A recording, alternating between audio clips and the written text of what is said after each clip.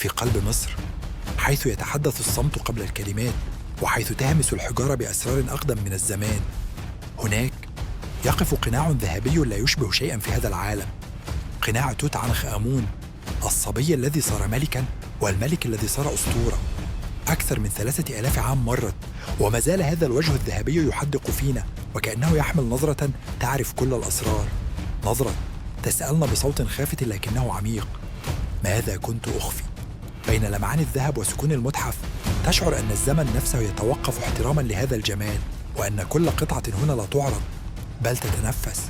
داخل المتحف المصري الكبير لا تسير بين آثار صامتة، بل بين ملوك عادوا من التاريخ ليحكوا حكاياتهم عن مجد لم يبهد وعن حضارة لم تمت.